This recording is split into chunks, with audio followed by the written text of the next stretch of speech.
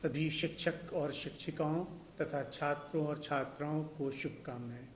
आज हम national education policy 2020 की 5वीं वर्षगांठ के अवसर पर उसके कुछ ख़ास पहलुओं पर नज़र डालेंगे और जो सबसे ज़रूरी पहलू है वो है 100% साक्षरता का लक्ष्य।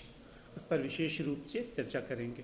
ख़ास पहलू ये है कि एक आत्मनिर्भर भारत की स्थापना हो, जिसके लिए प्राइमरी से लेकर हायर एजुकेशन तक जो शिक्षा प्रदान की जाए वो रोज़गार परक होनी चाहिए, जिसके लिए vocational training programme, skills training programme, financial literacy programme, innovation and startup, research and development पर अधिक ध्यान दिया गया है।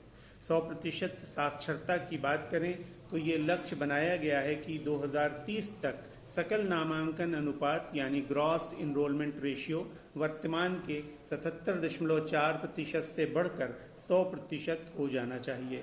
इसी तरह हायर एजुकेशन का ग्रॉस इनरोलमेंट रेशियो 28% से बढ़कर 2035 तक 50% करने का लक्ष्य निर्धारित किया गया है।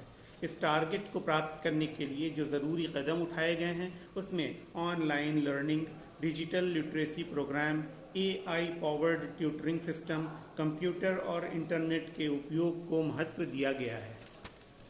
इसके तहत निपुण भारत यानी national initiative for proficiency in reading with understanding and numeracy जैसे प्रोग्राम को प्राइमरी स्कूल के लिए शुरू किया गया है और PM श्री प्रोग्राम द्वारा स्कूलों में इनोवेशन कल्चर का प्रसार करना है।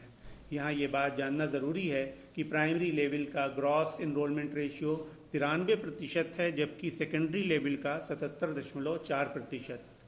ये gross enrolment ratio higher secondary का और घटकर 57% रह जाता है, जबकि हायर एजुकेशन का ग्रॉस इनरोलमेंट रेशियो 28% के आसपास है।